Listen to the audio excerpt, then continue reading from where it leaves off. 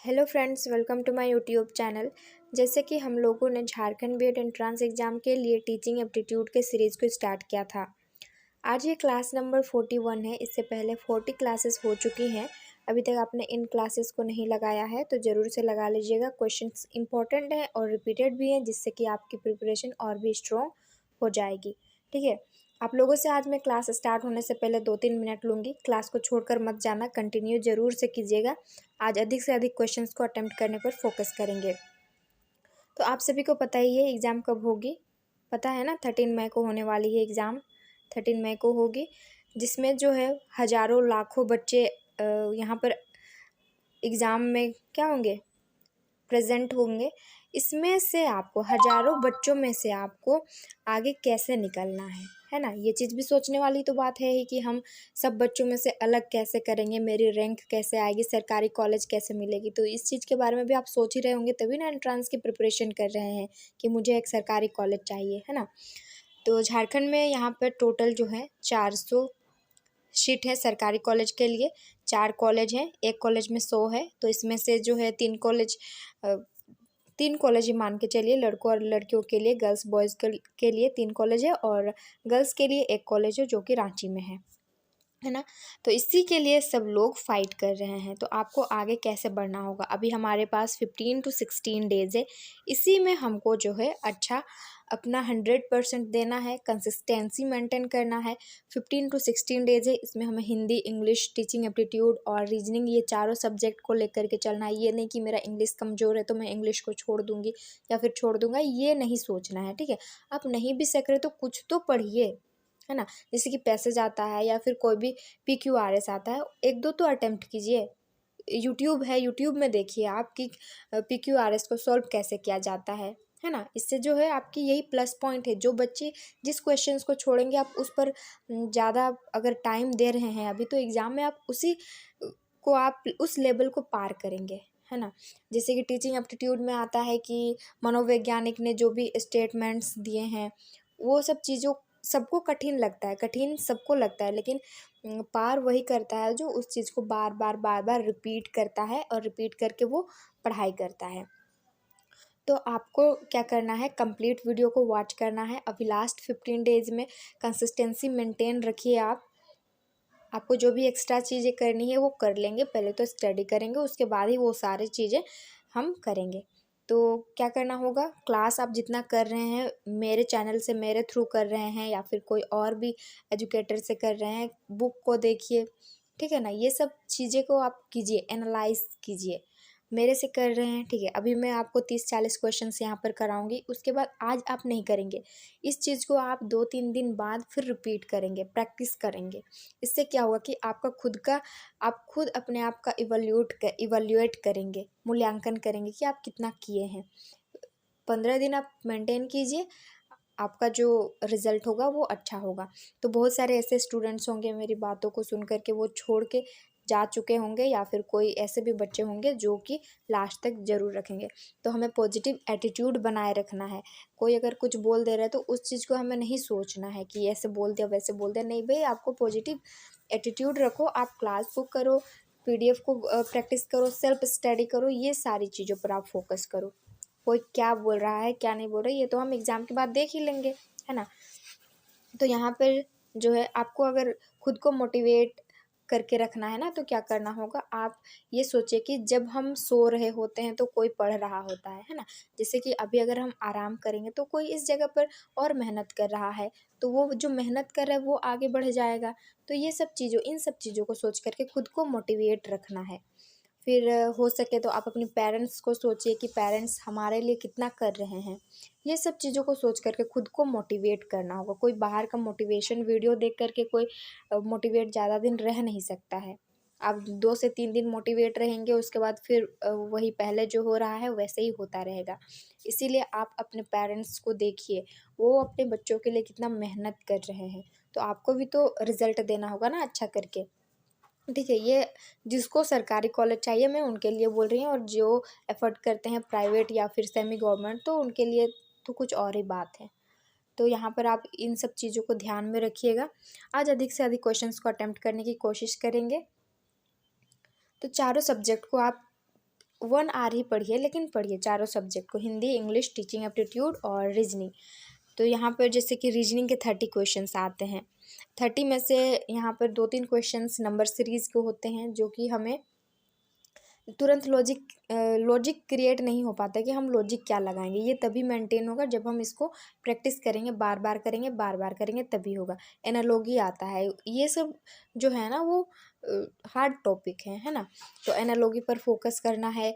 Teaching aptitude जो हमारे लिए नया हो जाता है, इससे पहले कोई भी स्टूडेंट्स के स्कूल में टीचिंग एप्टीट्यूड पढ़ाई नहीं होती है, सबके लिए ये नया चीज़ होता है, लेकिन हमें इस पर क्या करना है, अपनी पकड़ अच्छी बनानी होगी। तो टीचिंग एप्टीट्यूड स्कोरिंग सब्जेक्ट है, 40 नंबर टीचिंग एप्टीट्यूड से आते हैं। जैसे कि यहाँ पर मैं आपको क्वेश्चन कराऊंगी, आप क्वेश्चंस को करेंगे, उसके बाद एनालिसिस जरूर से करेंगे कि यहाँ पर ये आंसर क्यों हो रहा है। अगर मैं सब कुछ एक एक चीज़ यहाँ बताऊँगी तो वो बहुत लंबी वीडियो बन जाएगी, बच्चे छोड़ देंगे। तो हाँ, यहाँ पर जो है आप क्वेश्चंस को अटेम्प्ट करने पर फोकस कीजिए, उसके बाद आप उसको एनालिसिस कीजिए कि हो क्या रहा है, क्यों ये आंसर सही हो रहा है। आप एक टीचर बनने वाले हैं तो यहाँ पर तर्क वितर्क करना होगा, सोचना पड़ेगा खुद को, ठीक है।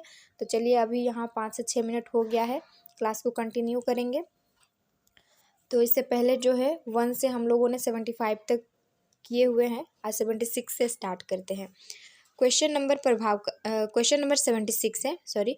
प्रभावकारी शिक्षण फलन है। प्रभावकारी शिक्षण यानी कि जो इफेक्टिव टीचिंग होता है। तो इसका करेक्ट आंसर देखिए क्या होगा। ऑप्शन पहले देख लेते हैं। स्पष्ट एवं यथातथ्य संप्रेषण का, उचित कक्षानुशासन का, नियमित अध्ययन का, और ऑप्शन डी है कक्षा में अविलंब नियमित रूप से आना। तो करेक्ट आंसर होगा यहाँ पर ऑप्शन ए होगा, जो कि है स्पष्ट एवं यथातथ्य संप्रेषण का, है ना। नेक्स्ट क्वेश्चन है 77 है। छोटे बच्चों के लिए शिक्षा का माध्यम होना चाहिए। तो जो प्राइमरी हो गए या फिर LKG, UKG, नर्सरी, ये इन सब क्लास में पढ़ने वाले बच्चों के लिए जो एजुकेशन का मीडियम होना चाहिए, ये कैसा होना चाहिए। मातृभाषा होनी चाहिए, अंग्रेजी भाषा, क्षेत्रीय भाषा या फिर राष्ट्रीय भाषा। तो करेक्ट आंसर होगा ऑप्शन ए होगा, जो कि मातृभाषा होगा। देखिए, बच्चे जब घर में होते हैं, छोटे बच्चे होते हैं, तो वो घर में अपनी मदर टंग में वो बात करते हैं। जब स्कूल जाते हैं तो वहाँ पर कोई नया लैंग्वेज में अगर हम पढ़ाने लग गए तो उस अकॉर्डिंग उन्हें अडाप्ट यानी कि खुद को ढालने में भी टाइम लगेगा। इसलिए बच्चे जल्दी सीखें, जल्दी चीज़ों को समझ पाएँ, इसलिए क्या करते हैं, वो मातृभाषा में बच्चों को पढ़ाना चाहिए, मातृभाषा में उन्हें समझाना चाहिए। तो यही हो गया कि मातृभाषा यानी कि मदर टंग जो है उनका एजुकेशन का मीडियम होना चाहिए, जिससे बच्चे अच्छे से समझ सकें। नेक्स्ट क्वेश्चन है 78 है। संदर्भ पुस्तकों एवं अन्य पाठ्य सामग्रियों के अध्ययन से क्या लाभ है। इसका करेक्ट आंसर होगा ऑप्शन फर्स्ट यानी कि ऑप्शन ए होगा, जो कि ज्ञान में व्यापकता लाती है। नेक्स्ट क्वेश्चन है 79 है। गणित शिक्षण के लिए निम्न में से कौन से संप्रेषण रणनीति सर्वाधिक उपयुक्त है। देखिए, क्वेश्चन में ही आंसर छुपा होता है, आप थोड़ा सा भी अगर लॉजिक लगाते हैं तो आंसर आपको मिल जाएगा यहाँ पर। तो करेक्ट आंसर होगा यहाँ पर। तो पहले देखिए कि गणित शिक्षण ये कैलकुलेशन से रिलेटेड है, तो इसका करेक्ट आंसर होगा ऑप्शन सी होगा, जो कि एल्गोरिदम होगा। नेक्स्ट क्वेश्चन है क्वेश्चन नंबर 80। छात्रों में आपराधिक प्रवृत्ति एवं युवा अपराधिता का प्रमुख कारण क्या है। छात्रों में आपराधिक प्रवृत्ति एवं युवा अपराधिता का प्रमुख कारण क्या है। आवश्यकताओं की पूर्ति ना होना, जो भी नीड्स हैं उनका फुलफिल नहीं ना हो पाना, मानसिक मंदता, कुसमायोजन, वो वातावरण के अनुकूल अपने आप को ढाल नहीं पाता है। तो इसका करेक्ट आंसर होगा ऑप्शन डी, ये सभी ही होते हैं छात्रों के आपराधिक प्रवृत्ति एवं युवा अपराधिता का प्रमुख कारण। नेक्स्ट क्वेश्चन है क्वेश्चन नंबर 81 है, जो कि शिक्षक की योग्यताओं, शिक्षक के बारे में बोल रहा है। शिक्षक की योग्यताओं, प्रयासों एवं उसके व्यवहार का सही मूल्यांकन किया जा सकता है। टीचर्स का जो एबिलिटी है, जो भी एफर्ट्स हैं और बिहेवियर हैं, उनका सही इवैल्यूएशन कैसे किया जा सकता है। तो करेक्ट आंसर यहाँ पर देखिए, उसके छात्रों द्वारा ही किया जा सकता है। नेक्स्ट क्वेश्चन है 82। प्राचीन काल में औपचारिक शिक्षा का स्वरूप क्या था। देखिए, प्राचीन काल में जो फॉर्मल एजुकेशन था उसका स्वरूप कैसा था। बौद्धिक कौशल का विकास, धार्मिक संस्कारों का ज्ञान, मानव मूल्यों का संप्रेषण, या फिर ऑप्शन डी जो है व्यावसायिक शिक्षा। तो हम सभी को पता ही है इसका आंसर, करेक्ट आंसर होगा ऑप्शन बी जो कि है धार्मिक संस्कारों का ज्ञान है। नेक्स्ट क्वेश्चन है, इंपॉर्टेंट क्वेश्चन है ये। ऑपरेशन ब्लैक बोर्ड नामक कार्यक्रम किसके लिए है? तो ऑपरेशन ब्लैक बोर्ड नामक कार्यक्रम जो है ये प्राइमरी स्कूलों के लिए है, यानी कि ऑप्शन ए करेक्ट आंसर होगा। तो यहाँ पर ऑपरेशन ब्लैक बोर्ड की बात की गई है। तो इसका जो लॉन्च किया हुआ था वो 1987, ये भी पूछा जा सकता है, तो इसको आप लोग नोट डाउन कर लीजिएगा। 1987 टू 1988 ऐसे माना जाता है, ठीक है। और इसका उद्देश्य, ऑब्जेक्टिव क्या था ऑपरेशन ब्लैक बोर्ड का? इसमें जो है एसेंशियल फैसिलिटीज़ को प्राइमरी स्कूल में क्या कराना, जितने भी कंट्रीज़ में प्राइमरी स्कूल हैं उसमें जो भी नीड्स होती है उनको फुलफ़िल करना है। जैसे कि मेन फीचर के बारे में यहाँ पर मैं कुछ बता रही हूँ। जैसे कोई एक स्कूल है, प्राइमरी स्कूल है, तो उसमें एक बड़ा सा रूम होना चाहिए, फिर एक हॉल होना चाहिए, ऐसे पहले बोला गया था। लेकिन यहाँ ऑपरेशन ब्लैक बोर्ड को अमेंड, यानी कि इसकी जो संशोधन हुई थी वो 1992 में हुई थी। इसमें बहुत सारे सुधार किए गए थे, तो आपको सर्च करके देखना होगा मेन फीचर्स को इसके ऑपरेशन ब्लैक बोर्ड के, कि इसका ऑब्जेक्टिव क्या था, कब स्टार्ट हुआ था, ये तो मैं यहाँ पर बता ही दी हूँ। लेकिन जब यहाँ पर ऑपरेशन ब्लैक बोर्ड की बात की गई है, आपको ये टॉपिक मिल गया, तो इस टॉपिक पर खुद से भी सर्च करना है, ठीक है। उससे क्या होगा कि आप तो एक, वो कहते हैं ना, खोज विधि जो है वो अच्छी मेथड है टीचिंग की, पढ़ाने की। तो जब खुद से सर्च करेंगे, खुद से खोजेंगे, तो और भी नॉलेज इंक्रीज होगा। तो इसलिए आप लोग यहाँ पर, मैं आपको बता दी हूँ, इसको OBB भी बोला जाता है, यानी कि ऑपरेशन ब्लैक बोर्ड। तो इस चीज़ को आप एक बार गूगल में या फिर यूट्यूब में वीडियो को सर्च करेंगे तो बहुत सारी क्लासेस मिल जाएंगी, तो वहाँ से आप कंटिन्यू कर लीजिएगा, ठीक है ना।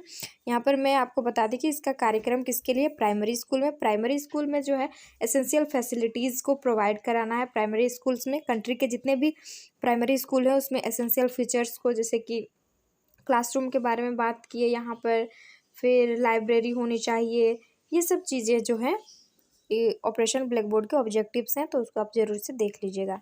नेक्स्ट क्वेश्चन है, क्वेश्चन नंबर 84 है।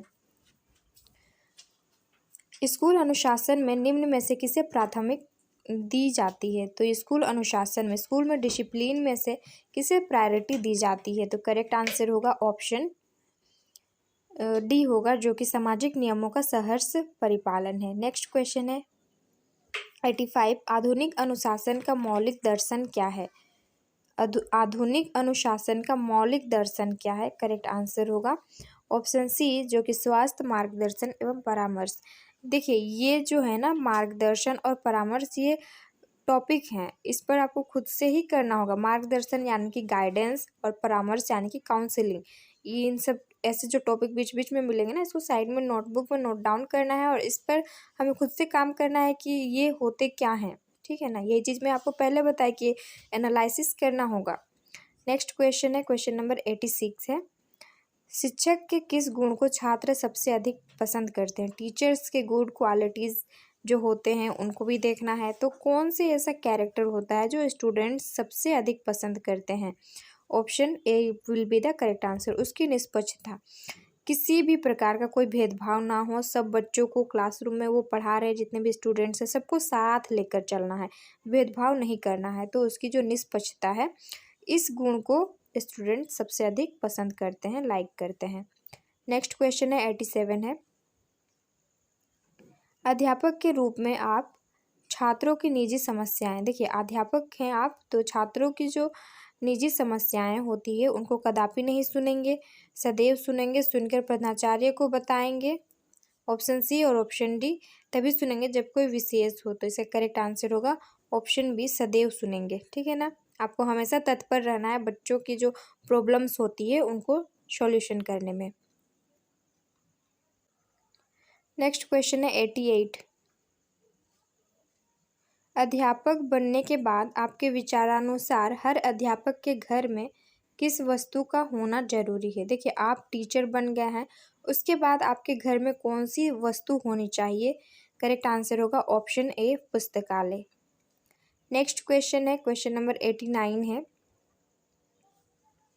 शिक्षा के स्तर को ऊंचा उठाने के लिए निम्नलिखित में से क्या आवश्यक है? जो एजुकेशन का लेवल है इसको रेज करने के लिए, उठाने के लिए क्या आवश्यक है? करेक्ट आंसर होगा यहाँ पर देखिए ऑप्शन सी, जो कि छात्रों को सतत मूल्यांकन। सतत का मतलब, बहुत सारे ऐसे शब्द होते हैं जो हमें समझ नहीं आते। सतत का मतलब होता है कंटिन्यू, ठीक है। उनका समय समय पर क्या इवैल्यूएशन करना चाहिए, उनकी मूल्यांकन करनी चाहिए, कंटिन्यू करनी चाहिए, ये सब बीच बीच में क्लास में। क्वेश्चन नंबर 90 है, अध्यापक का कार्य छात्रों के प्रति, अध्यापक का जो कार्य है ये छात्रों के प्रति क्या करता है? करेक्ट आंसर होगा ऑप्शन डी। क्वेश्चन नंबर 91 है, कक्षा शिक्षण में दृश्य सामग्री का प्रयोग करने से आप किस बात का ध्यान रखेंगे? किस बात का ध्यान रखेंगे, ठीक है।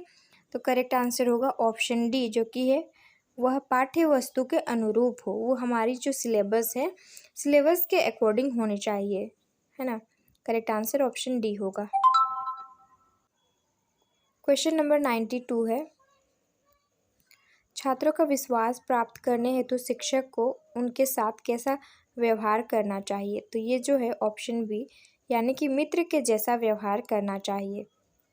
नेक्स्ट क्वेश्चन है 93 है, छात्रों में किसका विकास आपकी दृष्टि में सबसे महत्वपूर्ण है? किसका विकास स्टूडेंट्स में पूछा गया है? काम में लग्न,